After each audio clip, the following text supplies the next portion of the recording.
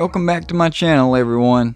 If you're new to my channel, I focus mainly on keto related topics for beginners or individuals that are still fresh to keto. But I will be doing videos on topics in the health realm from time to time. If you have a topic you would like to see me cover in a video, leave it down in the comments. Today I'm going to be telling you what fat could be kicking you out of ketosis.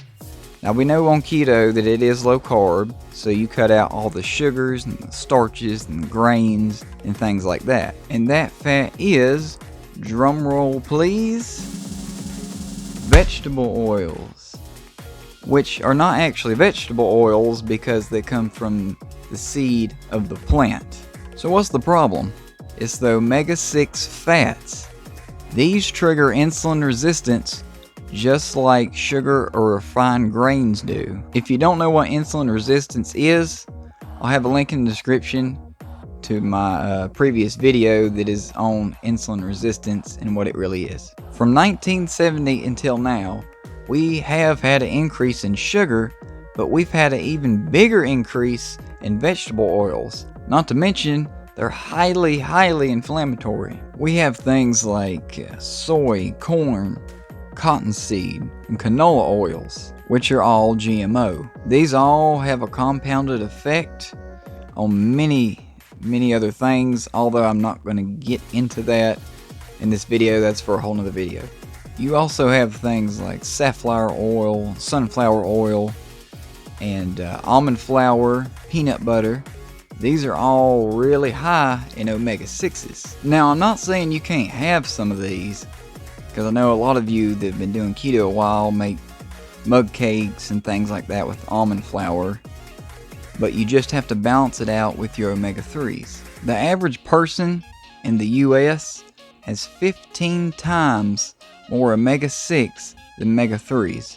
That's 45 grams of omega-6 fats every day. That's 10.8 teaspoons. That is insanely too high. The inflammation that's caused by that can end up kicking you right out of ketosis. The half-life on some of these oils is 600 to 680 days.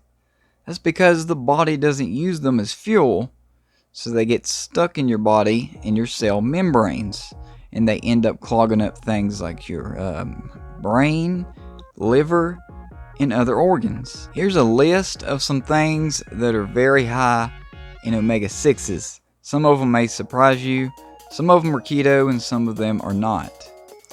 So, you have things like chicken. Chicken is actually very high in certain salad dressings, depending on what oil is used in them. So make sure you read the back of those when you're shopping in the grocery store. Then you have chips and fries. Those are fried in a lot of different oils I talked about, like soybean and corn oil. Then you have nuts and of course seeds, which are mainly full of omega-6 fatty acids.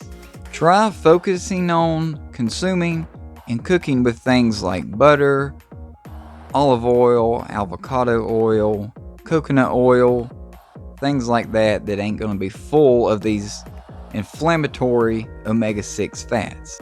Like I said earlier, too many of these omega-6 fats can kick you out of ketosis, which can cause you to keto plateau. Or if you start doing keto and you're not losing weight, this could be the issue. Take a look at what fats you're consuming.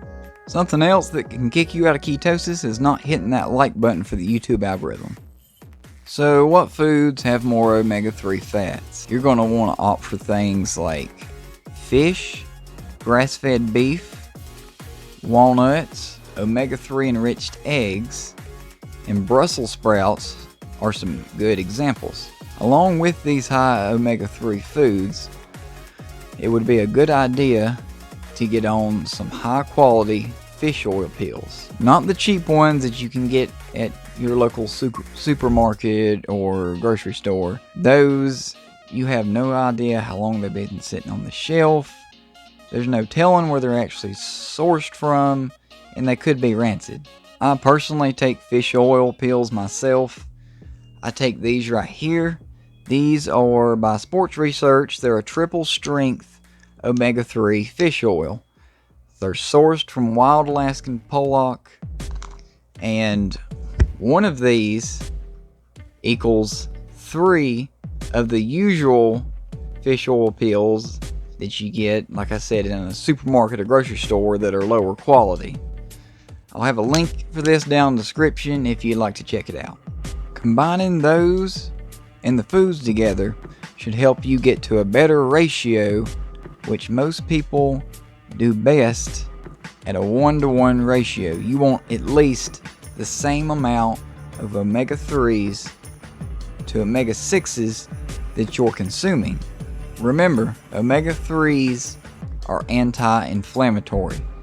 That's why you want the 1-to-1 ratio. So to wrap things up, I hope you guys found this video and the info in it to be very helpful, and I hope this may help solve some issues you have that could be related to this. Leave any questions or comments down below, and don't forget to hit that like button if this video helped you out. Also, don't forget to hit that subscribe button and the little bell icon if you haven't already.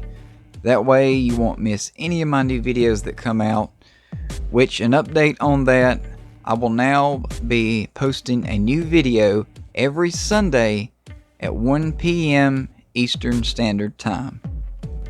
Keep it keto, but keep it healthy. Till next time, guys.